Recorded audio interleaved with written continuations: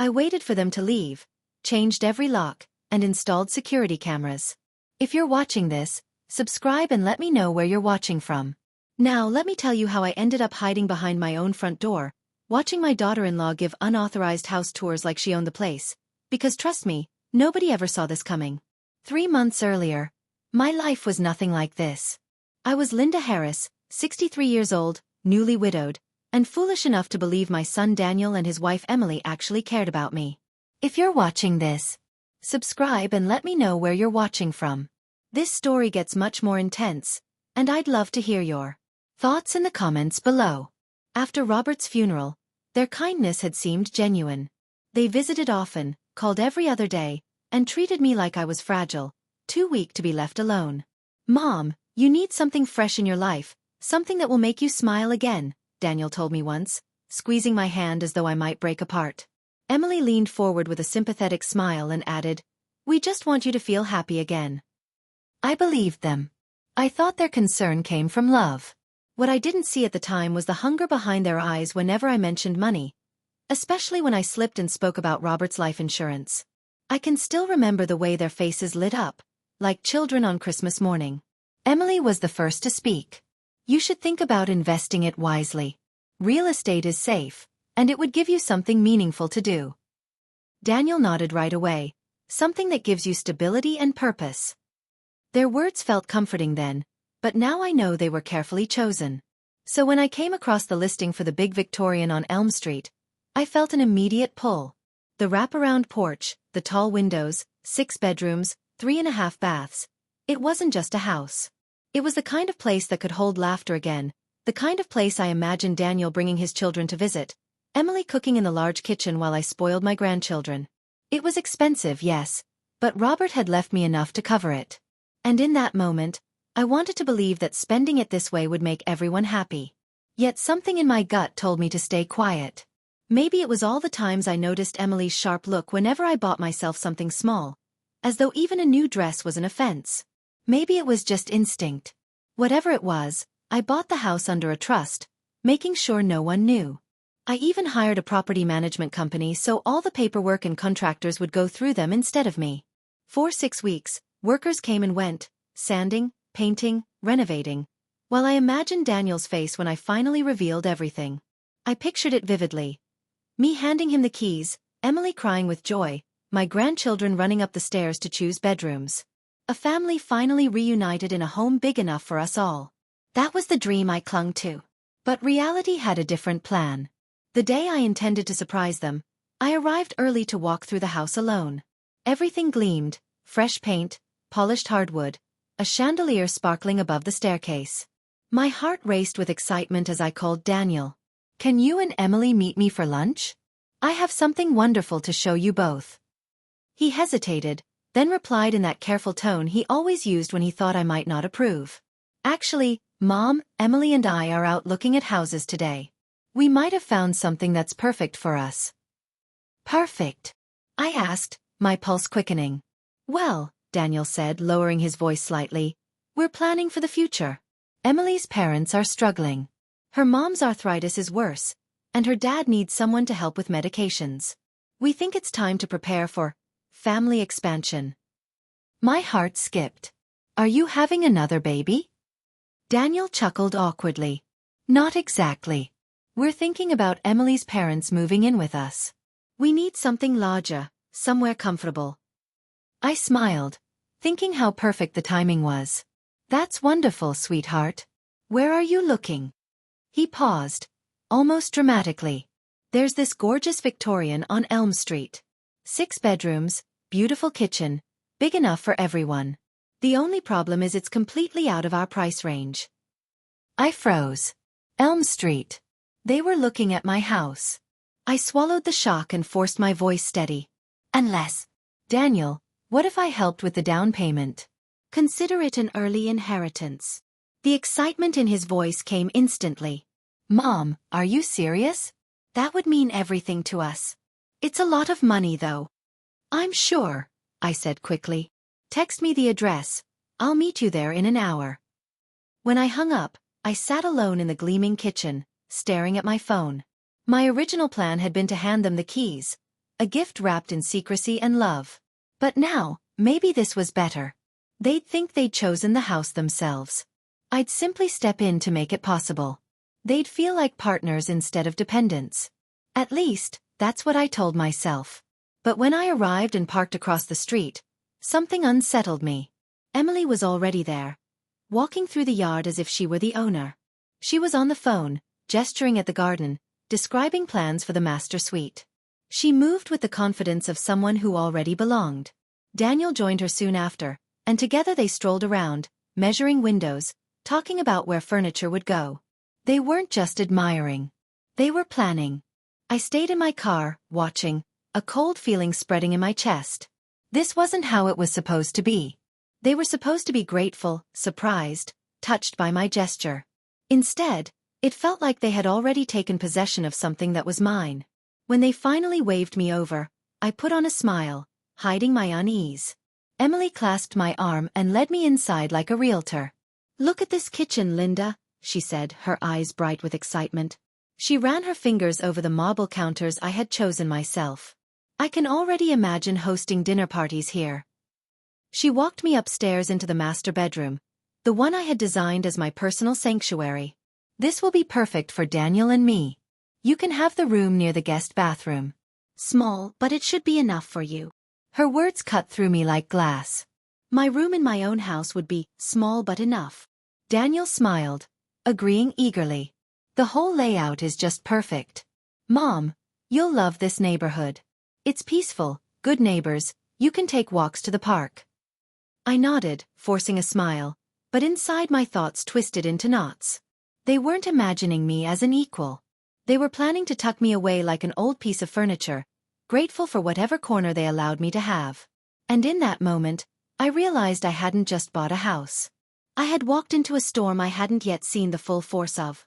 I kept smiling while Emily walked me from room to room, her voice full of excitement, but every word was like a tiny cut.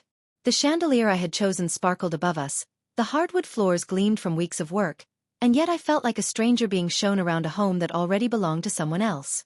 She pointed at walls, imagined colors, laughed as if she could already hear her parents settling in. I stood there quietly, clutching my purse, trying to ignore the rising ache in my chest. When we returned to the kitchen, Emily sighed dramatically and leaned against the counter. "The only problem," she said, her tone heavy with disappointment, "is that the sellers want cash. No financing allowed. Something about the house being under a trust. That means we'd need the full amount up front."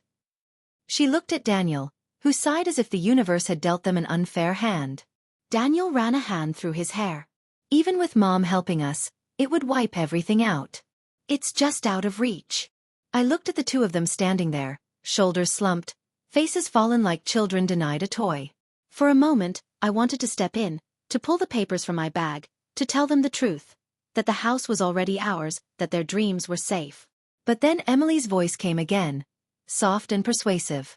"This house is perfect for our needs, Linda. Robert would have wanted you to use the money in a way that gave security to the family. Isn't that exactly what he'd want? For his legacy to keep us all safe under one roof." I blinked at her, stunned. She was using Robert's memory to press me. My husband's death had barely settled, and here she was, folding his name into her plans like a card played at the right moment. My chest tightened. "You're right," I said slowly, choosing my words carefully. "Robert would want me to make wise choices. That's why I'll think about it overnight." They nodded, though I caught a flicker of frustration in Emily's eyes. I drove home that evening, the silence in my car so thick it pressed against my ears. When I walked into my old house, the one I'd lived in for decades with Robert, I sat at the kitchen table and stared at the deed for Elm Street. My name was there, clear and undeniable. I had been excited to surprise my family with this gift. Now, for the first time, I wondered if giving them anything at all was a mistake. The next morning, before I had even finished my coffee, the phone rang. Daniel's voice carried urgency. "Mom, Emily and I barely slept last night. We just kept thinking about the house. We really believe this could be the start we need." I sipped my coffee, stalling. "I understand. It is a beautiful house. The thing is," Daniel continued, lowering his voice as though sharing a secret, "we stopped by again this morning. The realtor said there's another family looking at it, and they might make an offer today. We can't waste time. I almost laughed. There was no other family. There was no other offer. I owned the house. But Daniel's words weren't clumsy, they were rehearsed. He was trying to pressure me, create urgency. The same son who once begged me to read him bedtime stories was now trying to manipulate me into rushing a decision with my own money. That's unfortunate, I said softly. Mom, listen, he pushed. If you're serious about helping us, we need to make a full cash offer today. It's the only way to secure it. That's my entire inheritance, I replied, trying to give him an opening to reconsider. I know it's a big ask, he said, his voice tight. But think about it. The return on investment, the rising property values. Plus, you'd have us nearby to look after you as you get older. Look after me. In the small, adequate bedroom they had already assigned me. Let me call the realtor directly, I said suddenly, my voice firm. If I'm putting in this much money, I want to speak to them myself. A pause followed. Mom. Emily's already been talking to the agent. She's built a relationship with them. Maybe it's best if she continues. No, I said, cutting him off. If I'm writing a check for $350,000, I will speak to the realtor myself. After hanging up, I sat in silence. My hands were steady, but my heart was pounding. Something inside me was shifting, like a lock turning in place. I picked up the phone again and called Sarah, the manager from the property company. Sarah, I need you to relist the Elm Street house. Same price, same terms. And if anyone calls about it, just tell them the last offer fell through. She hesitated. Mrs. Harris, you own the property. Why would you want to list it again? Because, I said, staring out the window, I want to see exactly how far my own family is willing to go. 2 hours later, my phone buzzed. Daniel again. Great news, Mom. The other family's offer was rejected. The house is still available, but we have to move quickly. I felt something cold settle in my chest, spreading slowly like ice. My son was lying to my face, creating fake stories to push me into draining everything Robert left me, on a house that was already mine. Wonderful, I said calmly. Set up a meeting with the realtor. Tomorrow. All three of us will go together to discuss terms. There was hesitation. Then Daniel spoke carefully. Actually, Emily thinks it might be faster if you just wire the money first. Then we can handle the details afterward. Of course she did. That night, as I sat in my living room surrounded by half-packed boxes, I thought about everything. Daniel's careful lies, Emily's manipulations, the way they spoke of our needs, while assigning me to a small corner of the house. They didn't see me as family. They saw me as an opportunity. And as painful as that realization was, it was also strangely liberating. Because now I knew what I was truly dealing with. The next morning, I woke up with a heavy heart. My phone buzzed before I even got out of bed. A message from Daniel. Mom, I'm so sorry. The sellers accepted another offer. We lost the house. Emily is heartbroken. She really believed this was our chance to finally give everyone the space they need. I sat on the edge of my bed staring at the message, my phone resting in my lap. My lips curved into a small bitter smile. Because Daniel didn't know something. He didn't know that I had already packed half my things, not to move in with them, but to move into the Elm Street house by myself. I typed slowly. That's disappointing. I'm sure another opportunity will come along. Within an hour, Emily called me. Her voice was thick with tears. At first, it sounded convincing, but the more she spoke, the more I noticed something forced about it. Linda, I am so sorry, she said, her voice shaking. I know how much you were looking forward to that house too. Daniel told me you were excited about the garden and the big kitchen for family dinners. I can only imagine how hard this must be for you. I froze. I had never told her I was excited about any of that. She was projecting, saying what she thought I should feel, feeding me emotions that weren't mine. These things happen, Emily, I said calmly. Deals fall through sometimes. Maybe the buyers will back out. Who knows? Exactly, she said quickly, seizing on my words. If you're still interested in helping us, we should stay in touch with the agent. Maybe if something changes, we can step in again. Her persistence almost impressed me. She was already laying out a path to keep me emotionally hooked. First disappointment, then a little hope. Just enough to keep me holding on, just enough to keep me open to giving them money later. "I'll think about it," I said, though in my heart I knew I was done thinking. I was done hoping too. That afternoon, I drove to Elm Street one last time before moving in. The sun was warm, the air smelled like cut grass, and I wanted to savor that first moment when I'd step through the front door as the rightful owner, not as the mother being offered a small but adequate room. But as I turned the corner, my hands froze on the steering wheel. Emily's car was in the driveway. I parked at the end of the block, my chest tight. From a distance, I watched her. She wasn't alone. Another woman, older, stood beside her. Emily pointed at the windows, gestured toward the garden, waved her hands in wide circles like she was selling a dream. They spent nearly 20 minutes outside before Emily pulled out a key and unlocked the front door. My jaw clenched. A key. She had a key to my house. I sat there, gripping the steering wheel, my knuckles white. Anger boiled in my chest as I watched them disappear inside. Minutes passed. Then Emily reappeared with a measuring tape. She stretched it across the living room windows, across the dining space, even along the walls I had chosen the paint for. She wasn't pretending anymore. She was planning. She thought she owned the place. I pressed my back against the car seat and closed my eyes. It wasn't just manipulation now. It was trespassing. And if she had a key, that meant she had found a way into my private world. I dialed Sarah, the property manager I trusted. "Sarah," I asked, my voice shaking, "has anyone contacted you about accessing the Elm Street property?" "No, Mrs. Harris. You're the only one with keys." My chest tightened. "What about showing it to other buyers? Did you give permission to anyone?" "No," she said firmly. "The listing was taken down yesterday, just as you asked. No one should be inside the house." But someone was inside. Emily was inside, right at that moment. I hung up and sat in silence, fury bubbling up like hot water in a kettle. My daughter-in-law was walking through my home, using a key she had no right to have, planning furniture arrangements as though the walls already belonged to her. I knew then I had to do something. That evening, I made my choice. I called a locksmith. Within hours, every lock on the mansion was replaced. Then I called a security company.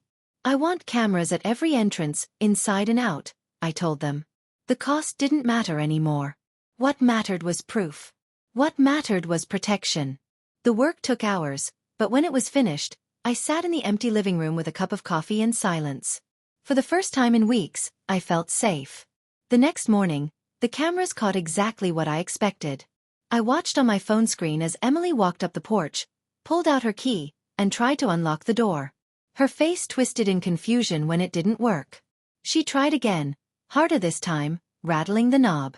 Then she circled to the back, jiggling another lock that no longer belonged to her. Finally, she pulled out her phone, her voice sharp as she called Daniel. I couldn't hear her words, but I could see the anger in her gestures, the way she pointed at the house like it had betrayed her. 20 minutes later, my phone rang. "Daniel." "Mom," he said, his voice tight. "The strangest thing happened. Emily drove by that house, and she thinks someone changed the locks. She's worried there might be squatters or vandals." My heart pounded, but my voice was calm. Why would Emily be checking on a house we don't own? There was a long pause.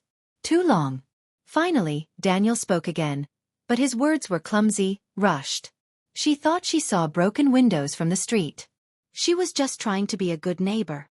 I almost laughed. There were no broken windows. There had never been. She hadn't been a neighbor looking out for me. She had been trying to unlock my door with a key she never should have had. "Daniel," I said quietly, "how did Emily get a key to that house?" Another pause. Longer this time. "What key?" he asked, his voice forced. I looked down at my phone screen, where the security footage played in perfect clarity. Emily's hands, Emily's key, Emily's frustration. "She tried to open the front door this morning," I said firmly. "I saw her. On the cameras." There was silence. For a moment, I thought he had hung up. Then I heard his breath, uneven. "Mom." "What cameras?" "The ones I installed yesterday. On my house. The house I bought 6 weeks ago with Robert's insurance." The house I've been fixing while you and Emily tried to trick me into buying it for you. The sound that came through the phone was strange. Maybe it was Daniel choking on his coffee. Or maybe it was the sound of his lies collapsing around him. That evening, I sat alone in the dining room of the Elm Street house, the smell of fresh paint still hanging in the air. A half-eaten carton of Chinese food sat on the table in front of me, chopsticks resting on top. This moment should have been so different. I had imagined Daniel and Emily sitting across from me, laughter filling the room as we celebrated their new home. I had pictured raising a glass in Robert's memory, feeling proud that his life insurance had created a place where family could gather. Instead, I was sitting by myself, staring at the glowing security screen, replaying the video of Emily jiggling my locks. It hurt in ways I couldn't explain. The betrayal was sharp, yes, but there was also something heavier. The realization that my son, the boy I raised, the boy who once hugged me after nightmares, was standing on the other side of all this, pretending not to see what his wife was doing. At exactly 8 p.m., Daniel knocked at my door. When I opened it, I was struck by how tired he looked. His face was pale, his shoulders slumped. For the first time in years, he looked older than his age, like someone carrying a secret too heavy to keep. Emily wasn't with him, and I didn't need to ask why. "Mom," he said softly, "we need to talk." I stepped aside and let him in. He sat in one of the new chairs I had picked for guests, leaning forward with his elbows on his knees. His hands trembled slightly, and when he finally spoke, his voice cracked. "I don't even know where to begin." I folded my arms, leaning against the doorway. "How about you start by telling me how Emily got a key to my house?" He pressed his lips together, his eyes darting toward the floor. For a long time, he didn't say anything. Finally he exhaled, his shoulders sinking. She befriended the assistant at the property manager's office. Told her she was your daughter-in-law, said you'd asked her to check on the renovations because you were too overwhelmed. The assistant gave her a key. She said it was just temporary family access. I clenched my jaw, fury simmering under my skin. "So Emily has been monitoring this house for weeks?" Daniel nodded slowly. "She found out about it almost immediately. A few days after you signed the papers, your bank called the house to confirm the wire transfer. You weren't home." Emily answered the phone. His voice dropped even lower. "She told them she was your financial power of attorney." The words made my stomach twist. I shook my head slowly. "I never gave her power of attorney. She knows that." "I know," Daniel whispered. "But the bank didn't ask for documentation. They just confirmed a few details, and she figured out everything. The purchase, the renovations, all of it." For a moment, the room was silent except for the faint ticking of the wall clock. I poured myself a glass of wine, my hand steady in a way that surprised me. 6 months earlier, this would have broken me. I would have cried, begged for answers, questioned what I did wrong. But tonight, all I felt was a strange kind of confirmation. "So instead of coming to me directly," I said slowly, "you both decided to manipulate me into paying for a house I already owned. You wanted me to hand over my inheritance, drain every penny Robert left, while you stood there pretending to be doing me a favor." Daniel's face crumpled. He rubbed his hands over his face like he could erase what he had done. "It wasn't supposed to go this far. Emily thought if we confronted you directly, you'd shut down, you'd get defensive. She thought if we made it look like our idea to buy the house, you'd feel good about helping us." I let out a bitter laugh. "Help you buy a house from myself?" His eyes filled with shame. "We just didn't think you'd want to live here alone. Emily thought eventually you'd downsize, maybe move into a senior community. She said we could buy the house from you at fair market value later. You'd get your money back, plus appreciation. Everyone would win." I stared at him, hardly recognizing the man in front of me.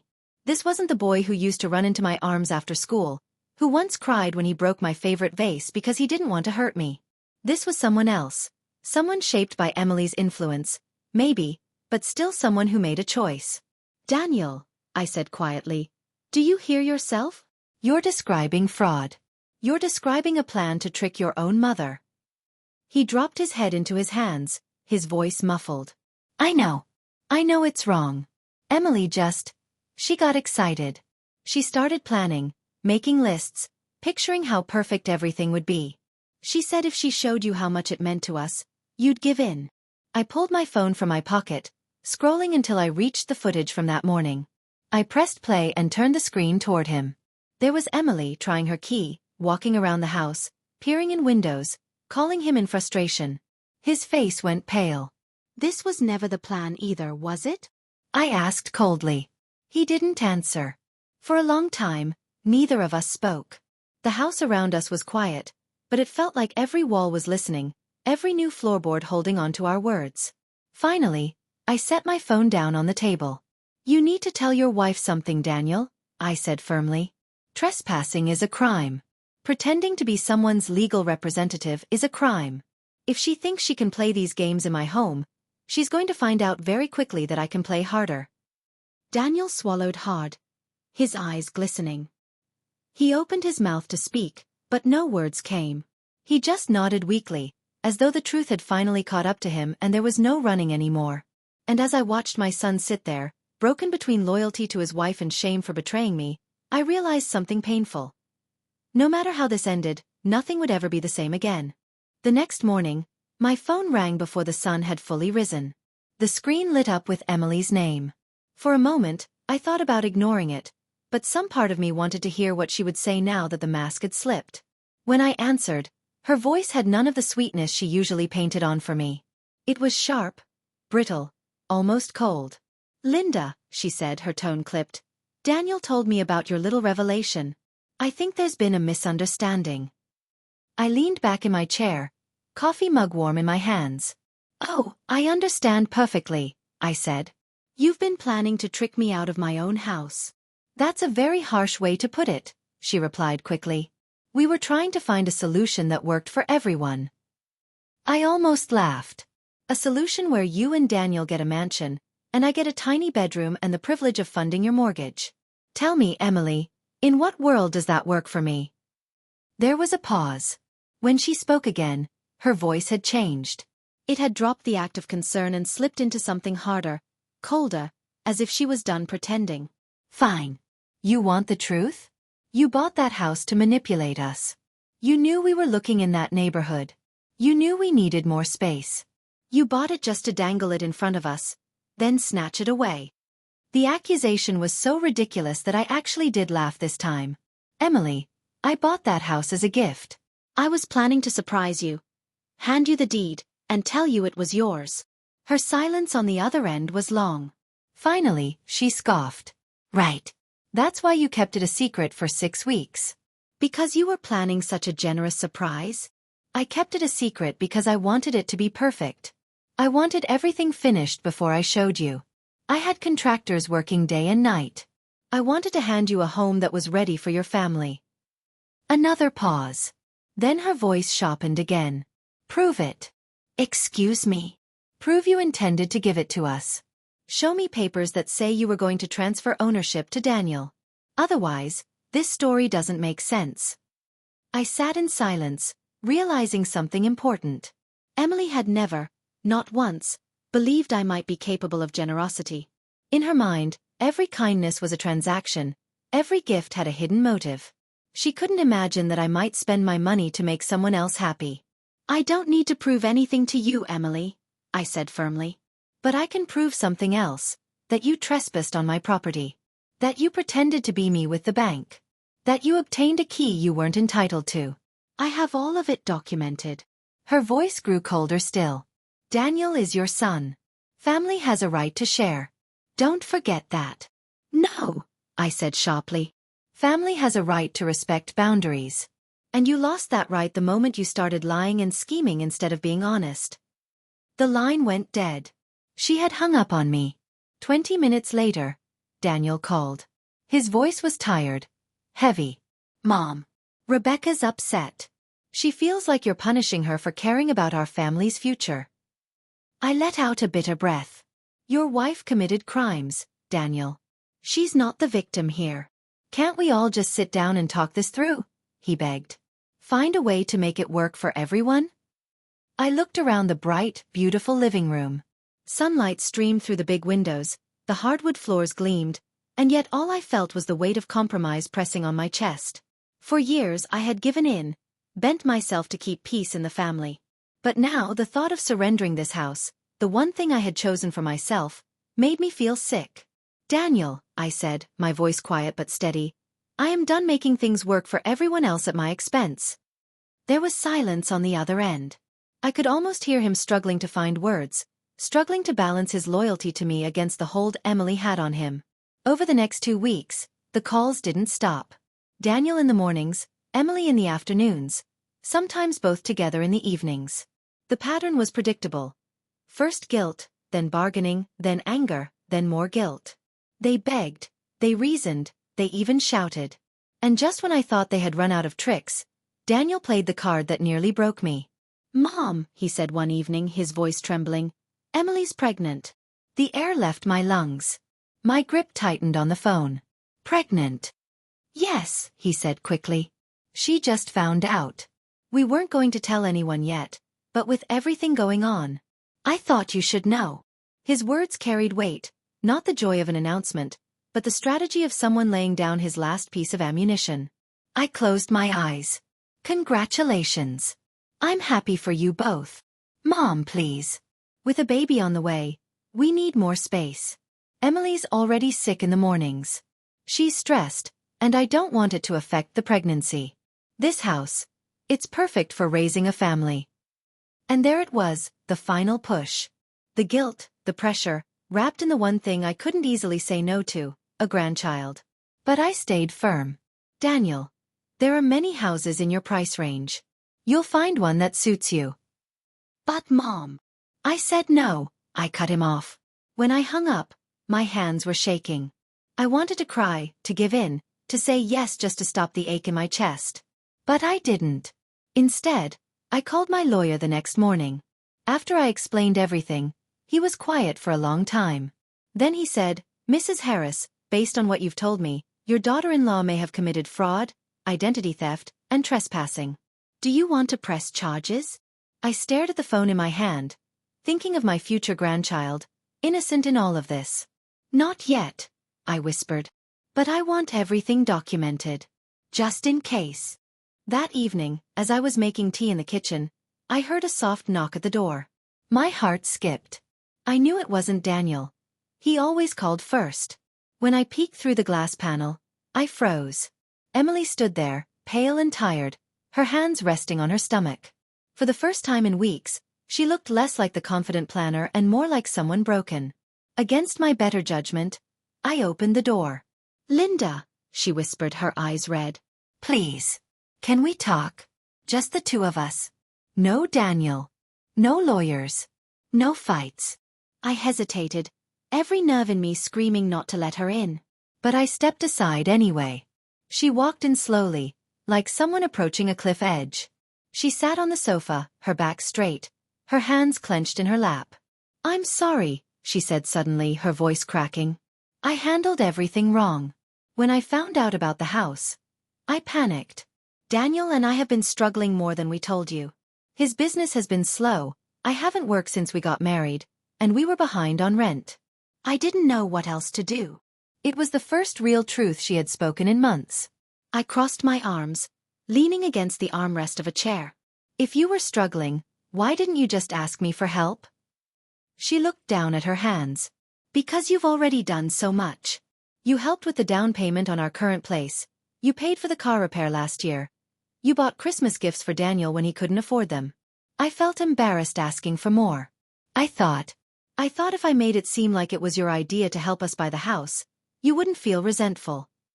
I shook my head slowly. "So instead of asking honestly, you decided to trick me." Her eyes filled with tears. "I wasn't trying to hurt you. I thought I was protecting your feelings. I thought if you believed it was your idea, it would feel better." I wanted to believe her. I wanted to accept that she had simply made a mistake out of desperation.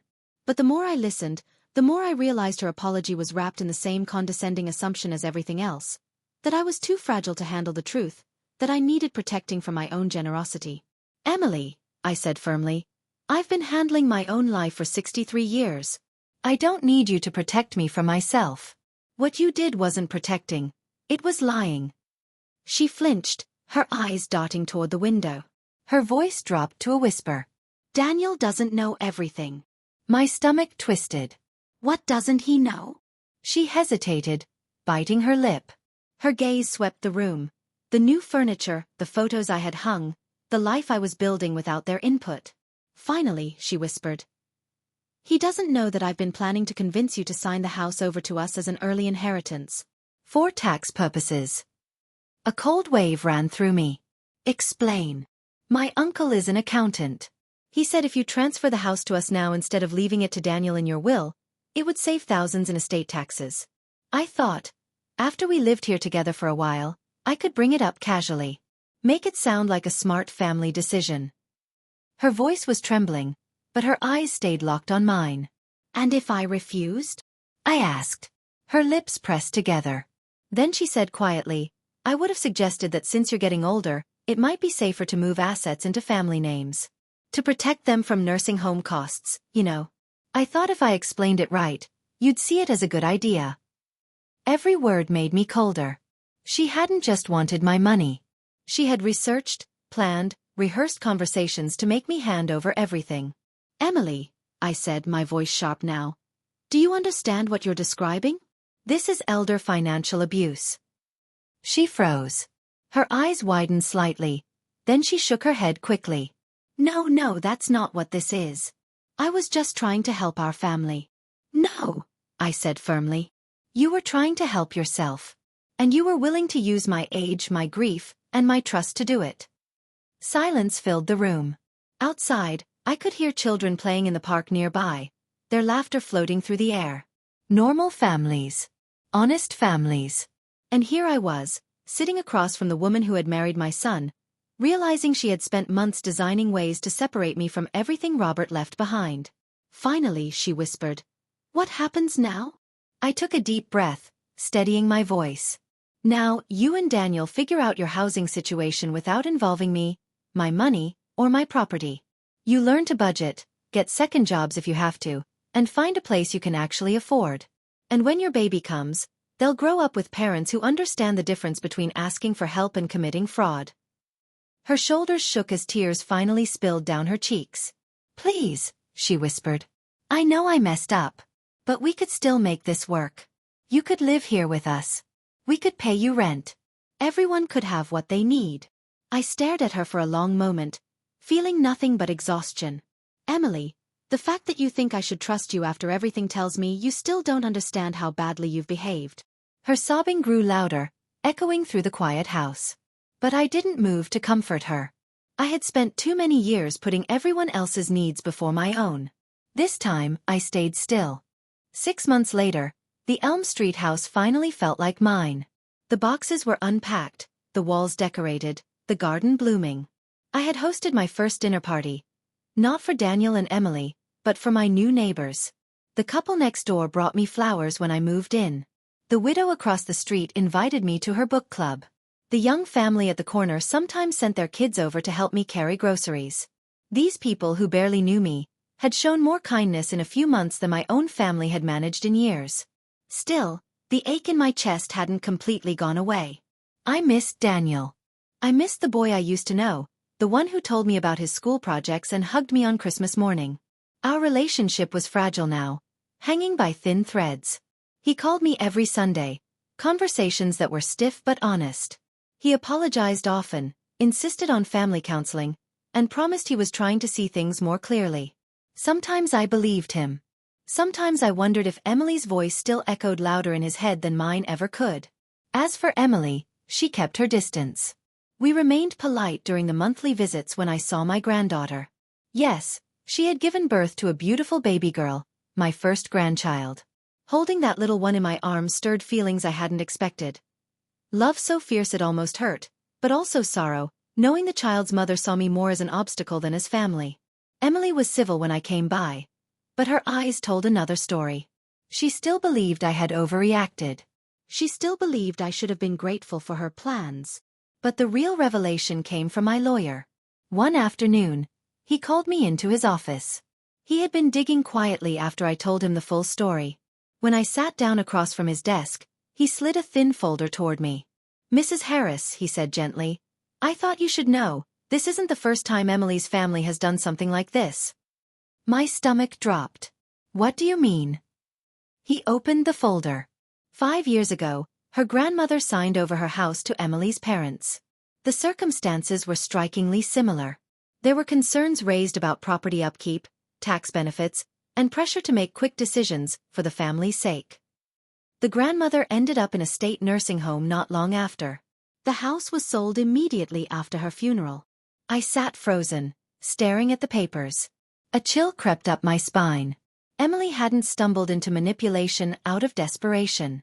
She had grown up around it, learned it, perfected it. Elder financial abuse wasn't an accident. It was practically a family tradition. My lawyer leaned forward. You should be careful. This pattern is concerning. I nodded slowly, though my hands trembled in my lap. Thank you, I whispered. That night, I sat at my dining table, the soft glow of the chandelier above me, and thought about how close I had come to the same fate. If I hadn't bought the house quietly, if I hadn't followed my instincts, if I had been just a little more trusting, I could have ended up just like her grandmother. Alone, discarded, stripped of everything Robert and I had worked for. I shivered, clutching my wine glass tightly. The betrayal cut deeper now because I realized it hadn't been random. I had been chosen. I had been targeted because Emily believed I would be easy prey. The following week, I received a message from Daniel. It was short, almost hesitant. Mom, Emily wanted me to ask if you'd consider being the baby's guardian in our will, in case something happens to us. I stared at the message for a long time. Part of me swelled with love. The thought of my granddaughter being entrusted to me was an honor. But another part of me saw the shadow behind the words. Guardianship meant legal ties. Legal ties meant trust. And trust was something Emily hadn't earned. Finally, I replied, I'll consider it if Emily commits to family therapy and completes a financial literacy course. 1 year minimum. Daniel's reply came almost instantly. She says that's unnecessary. We just need a simple yes or no. I didn't respond. Instead, I deleted the conversation and walked into my garden. The soil was cool beneath my hands as I planted new flowers. Sometimes, the only way to survive betrayal is to grow something new from the ashes. Some people never learn. But some of us learn exactly enough to save ourselves. And in that quiet garden, with the wind rustling the leaves and the memory of Robert steady in my heart, I realized something. Saving myself had been the only victory that really mattered. Life slowly began to settle into a rhythm after that. I poured myself into making the Elm Street house a true home. The garden became my sanctuary. I spent mornings pulling weeds, afternoons planting roses, and evenings sitting on the porch with a cup of tea, watching the sun dip below the rooftops. For the first time in a long while, I felt peace. But peace never lasted long when Emily was involved. Daniel called every Sunday, as he had promised. Some calls were gentle, filled with awkward apologies and updates about the baby. Other times they turned into pleas. Mom, Emily feels like you're shutting her out, he said once, his voice low, almost ashamed. She wants you to be part of the family again. I never left the family, Daniel, I answered softly. But family means honesty. Until that happens, things can't go back to how they were. He sighed, the sound of defeat heavy in his breath. I'm trying, Mom. I really am. I wanted to believe him. I wanted to reach through the phone, hug him, remind him of the boy he once was. But every time Emily's name came up, I felt that wall inside me, solid and unyielding.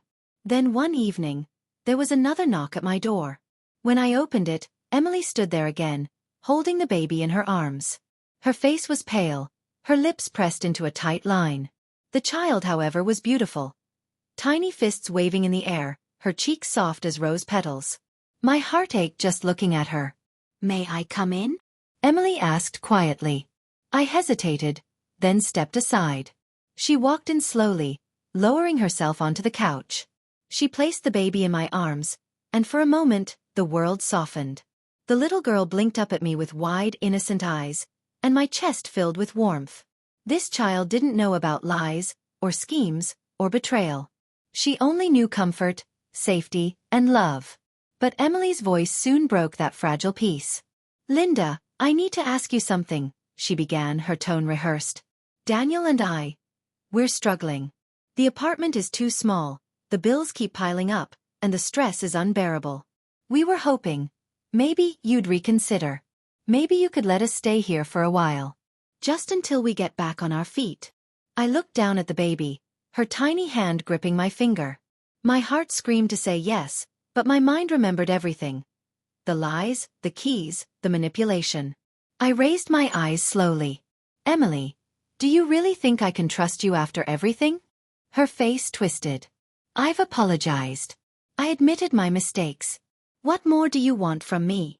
I want honesty. I want proof that you understand what you did was wrong. Her jaw tightened. Daniel and I are doing our best. But you're acting like we're criminals. We just wanted a home. A family together. Isn't that what Robert would have wanted? There it was again. Robert's name, used like a tool.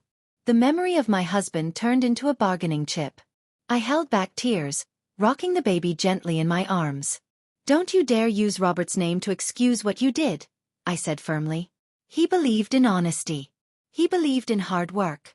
He would never have supported tricking someone, least of all me. Emily's eyes filled with frustration. You're punishing us for trying to build a future. You're punishing your own granddaughter. No, I whispered. I'm protecting her. She deserves parents who can stand on their own feet, not ones who rely on lies and schemes. The baby stirred, her tiny cry filling the silence. Emily stood abruptly, her hands trembling as she reached to take her child back. She clutched the baby close to her chest and glared at me with eyes that no longer hid their contempt. You'll regret this, she said softly. One day, when she grows up and wonders why you weren't around, you'll regret pushing us away. Her words cut deep, but I held my ground. I'll regret nothing, Emily. Because I will always be here for her. But I won't sacrifice my dignity or my home to make room for your lies. For a moment, we just stared at each other. Two women bound together by the man we both loved in different ways, standing on opposite sides of a battle neither of us had wanted but both of us had fueled. Then she turned and walked out, the baby's cries fading into the night as the door closed behind her. I stood there in silence, my hands trembling, the weight of her words heavy in the air. But instead of breaking, I felt something else rising inside me. Strength. I had faced her manipulation before, and I would face it again. Because I knew now, this wasn't about a house anymore. It was about survival. About teaching Emily, and even Daniel, that some boundaries could never be crossed. And I intended to hold that line, no matter how hard they tried to push me past it. The weeks that followed felt like walking on thin ice. Daniel kept calling, his voice softer than before, filled with guilt and confusion. Sometimes he spoke of the baby, sometimes he tried to smooth things over with gentle words. Other times, he slipped back into old patterns, repeating Emily's arguments in a calmer tone. Mom, he said one evening, Emily feels like you've cut her out completely. She's trying to be better. She wants to move forward. I sighed, holding the phone tightly. Daniel, moving forward doesn't mean ignoring what happened. It means acknowledging it, taking responsibility, and changing. Has she done any of that? There was silence on his end. Then he muttered, she's trying in her own way. But I knew better. Emily wasn't trying to change. She was trying to find another way in. The final push came late one Friday night. I was sitting in the living room, a book resting in my lap, when my phone buzzed with a message. It was from Daniel. Mom, Emily wants to know if you'd consider putting the house in her name now, while you're still here to guide us. That way we avoid future legal issues. She says it's safer for everyone. My chest tightened. There it was again. Another attempt, dressed up in softer words this time. I closed my eyes, setting the phone aside. They weren't going to stop. The next day, I called my lawyer again. He met me in his office, papers spread neatly across the desk. Mrs. Harris, he said, you've been more patient than most people would be. But based on the continued pressure, I strongly recommend putting legal protections in place. You need to make sure no one can access your assets without your consent. I nodded, though my throat felt tight. Do what you need to do. We set up additional safeguards. Power of attorney locked down. Clear instructions in my will. And most importantly, legal documentation that ensured the Elm Street house could not be transferred, sold, or signed over without my explicit approval. That evening, as I walked back into the house, I felt something strange. Relief, yes, but also grief. Grief for the family I thought I had, the one I believed would protect me as I grew older. Instead, I had been forced to protect myself from them. 2 days later, Emily showed up again. This time she didn't bring the baby. She stood at my door, arms crossed, her eyes flashing with quiet fury. "Why are you making this so hard?" she demanded. I raised an eyebrow. "Why are you still trying, Emily? Haven't you done enough?" She stepped inside without waiting for an invitation, her voice low and sharp. "Do you think locking papers in a drawer changes anything? Daniel is your son. That house will be his one day, whether you like it or not. All you're doing is delaying the inevitable." Her arrogance stunned me. "And what exactly are you planning to do in the meantime? Keep scheming? Keep lying until I give up?" She smirked faintly. "I don't have to scheme. You love Daniel too much to shut him out forever. Eventually, you'll get tired of fighting." I walked slowly to the dining table, placing my hands flat on the polished surface. My voice was calm but steady. "You're right about one thing. I do love my son. More than you can understand. But that love doesn't blind me anymore. If you think you can wear me down, you're wrong." For a moment, her confident mask cracked. She blinked, her jaw tightening. "You're unbelievable. You talk about family, but you're the one tearing it apart." "No," I said firmly. "I'm protecting it. I'm protecting Daniel from becoming a man who thinks lies are the answer.